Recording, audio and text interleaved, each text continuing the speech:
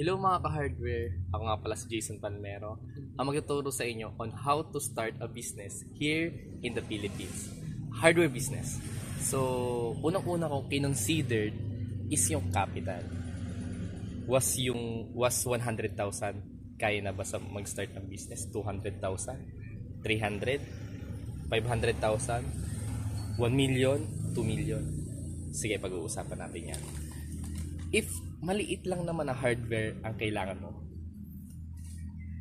siguro sapat na yung 200,000. Sa panahon natin ngayon kasi mataas na kasi yung materyales. Yung 100,000, maliit na lang yun eh. Pwede siya kung sa bahay-bahay lang yung may mga maliliit. Pero hindi talaga siya totally advisable kung gusto mo talaga yung lumaki agad.